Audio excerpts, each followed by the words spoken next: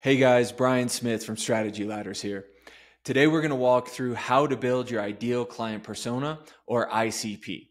What we do when we're building ICPs for high ticket B2B services, it's quite different than the way that most people learn to build their ICPs. Most people are taught how to build their ICPs either through firmographics, which is identifying the characteristics of the company that you're targeting, or they're doing it through demographics, the characteristics of the individual you're targeting.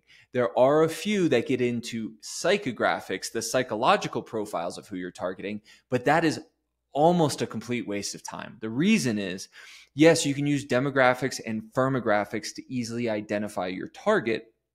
However, once you move into the realm of psychographics, you can no longer easily identify those individuals before actually speaking to them, making that type of ICP all but useless because you can't use it to actually go out and identify your ideal targets. So what we use instead is called a situational ICP. This is when you identify a subset of individuals for whom you can either alleviate a problem or a situation. So this is where you can solve a problem for them. You can fix a problem. This is incredibly valuable if you have an existing business. This is not something that we typically do with people who are brand new into business and starting a new offer. Instead, we do this when we can go back and look at a history of work that you've done with your clients and look at what is fundamentally the problem that you're solving. Now, how do we do this? First and foremost, again, we look at the starting point for the client and the ending point.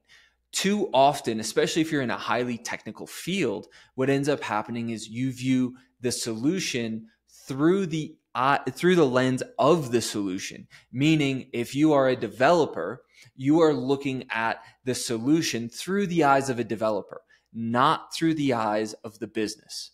So instead, what we want to do is step into the business, think through their eyes, and then look at the end state solution. So the prompt that we'll use with our clients quite often is, how were your prospects thinking or talking 3 to 6 months prior to going out and looking for outside support for this problem? What were they calling the problem? How were they discussing it? How did they measure the problem? Now, if you have trouble doing this, one of the best ways to identify the way that people talk about how your solution impacts their business is go talk to the people that have referred your business to other people. Now, here's another quick tip. If you are closing fewer than 70% of the referrals that come your way, it means that this is a big problem for you.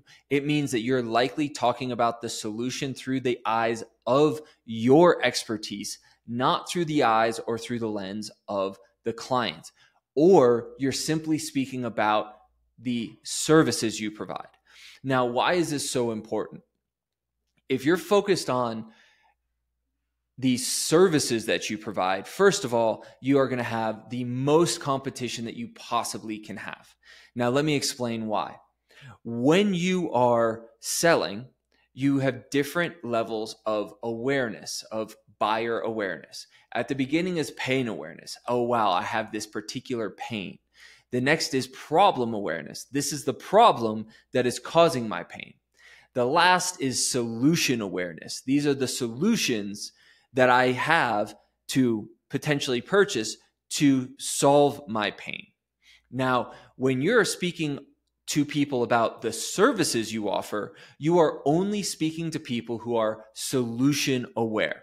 Now, when somebody is solution aware, this is when you have the highest amount of potential competition, because at this point, they're not just looking at competition for your exact services, but they are looking at internal options. They're looking at strategy changes. They're looking at completely different types of solutions to that same problem, because there's somebody out there that is offering a sales, a marketing, and operations, and all sorts of other types of solutions for the same type of problem. Now, your job is to get to people before they get to be solution aware. Now, how do you do that? you speak to the problem they are having. And if you're really good, then you start speaking to the particular type of pain, that special flavor of pain that problem creates. Now what you're able to do is move earlier in the buying process and get them before they actually go to market. You are actually helping them to better understand their situation and their pain and their problem. Now, here's another reason why that is so vital. It has to do with internal champions. We've all heard of this idea of internal champions. The internal champion is somebody who learns about your offer, learns about your service, and then goes and pitches it internally. Now, let's be real about what an internal champion is. An internal champion is someone who learns about your language and the language of your solution and translates it into the language that the company uses internally. Now, if you've already done the work of going and identifying how your prospects speak about this problem 3 to 6 months before they go out to market to find a solution, you're bypassing the need for the internal champion. Now they can bring your offer to the entire crew, their entire team, their entire business, and everybody's going to understand what you're saying. This is wild when you see it in reality. This is where you get on a call with an entire senior leadership team and every single one of them gets it because you're already speaking their language. This is vital. Your job is not, let me repeat, is not to show how smart you are. The way you show how smart you are is by doing two things well. Number one is speaking the customer's language, not showing how smart you are within your own industry. The second is asking really, really good questions that further reveal what the true problem is within the client's business. Now, when we go through and do this, and you're speaking in this way, you are able to bypass one of the biggest rules in sales. If you look at your total addressable market, it's likely going to fall into this exact same paradigm that I'm about to outline. The total accessible market, within it, you only have 3% of that total accessible market in a buying mode today. What that means is, yes, if you send out 100 messages, you're likely to only have 3 people that are in a buying mode today. Now, that doesn't mean they're going to buy from you, but it does mean that they are actively looking at solutions to the problem. They may not see your solution as a viable solution at this point, but they're actively in a buying mode. This is why when we talk to clients that are doing, cold outbound and getting, for example, one of our recent clients getting a conversion rate, a close rate of about 3 per 100,000 contacts that they were sending, it's because at some point you're just going to hit somebody at the right time who says, you know what, this sounds like something that I'm willing to try. I'll take a gamble on it. The reality is, if you're going to grow, you've got to increase this number tremendously. And so what you also have to then consider is the remainder of the market. So you've got that 3% that's in a buying mode today. Of the remainder, a third of the people, a third of your accessible market will never do business with you, not even if you pay them. So those are people that we've got to figure out how to just exclude entirely. Another third will do business with you if you can convince them and hit them at the right time. So they're going to take convincing. It's going to take work to convert these people. The other third, the remaining third, is the third that will do business with you if you just happen to hit them at the right time. So this is why continual outbound and continually putting fresh content online is so key. But here's the rub, is if you have to contact somebody and get on a call with them in order to pitch your services, you're going to fail every time. This is how most agencies work. This is frankly how most service providers work, because they sell services, not solutions. So in order to sell, they've got to get on a phone call with you. They then have to learn about your problem and say, hey, these are all the services we offer to then fix your problem. Instead, speak to the problem straight away. And if you're speaking directly to the problem and all of your content is speaking to that problem, All of your outbound is speaking to that problem.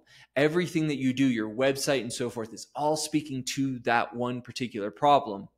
You are going to end up having a much higher conversion rate because people are going to see, hey, your firm is the firm that does X. They solve this particular problem, and that's a problem that I have. Now, here's another key thing in building your ICP. When we build ICPs, we use something called the Dartboard method. Now, the Dartboard method is identifying that core problem at the center of the bullseye. And once we identify that core problem that you're speaking to, every single piece of content that you put out speaks to that problem. Now, this doesn't need to be the most complex or even the most lucrative problem that you solve.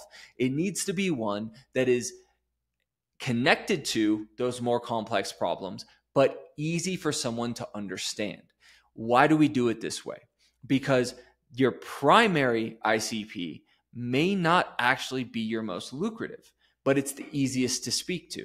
We then, in this dartboard approach, have a secondary ICP, the next ring around the bullseye. That secondary ICP is the ICP that when you are speaking to your primary ICP, the secondary ICP says, hey, I've got a problem that's similar to the one that you speak to, but it's different. So I think based on your deep understanding of that problem, you could probably solve mine. And what we found is some of our clients are doing over 80% of their revenue in the secondary ICP. The challenge is that that secondary ICP usually is such a complex problem that some of our clients can only fully describe their grasp of it through white papers. So it makes it very hard to compete on social media. It makes it very hard to compete with even outbound because that problem requires such a deep investment of time by your potential buyer to assess whether or not you are the right service provider to solve that problem for them. So we need to pull them in by giving them a little bit of insight and saying, this is a problem that we can solve extraordinarily well.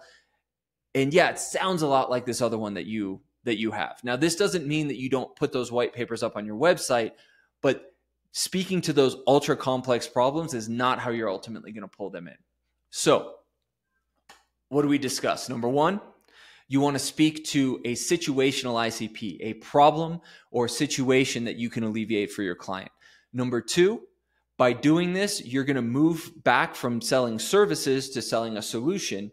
And now you're no longer focused on the solution aware, but now you're focused on the problem or pain aware. And then lastly, by doing this, you're able to completely bypass the need for an internal champion. Now, the ICP approach we discussed, the dartboard approach, you want to identify a clear, concise, easy to understand problem and know that that's going to attract other people with more complex problems. If this is something that you want to dive into, if this is work that you'd like to do, this is a core piece of the strategy and positioning work that we do with our clients at Strategy Ladders. Please go ahead, follow the link below, visit us, sign up for your strategy session, and we'll get started increasing your revenue and getting you out of sales, ops, and management of your business. Cheers.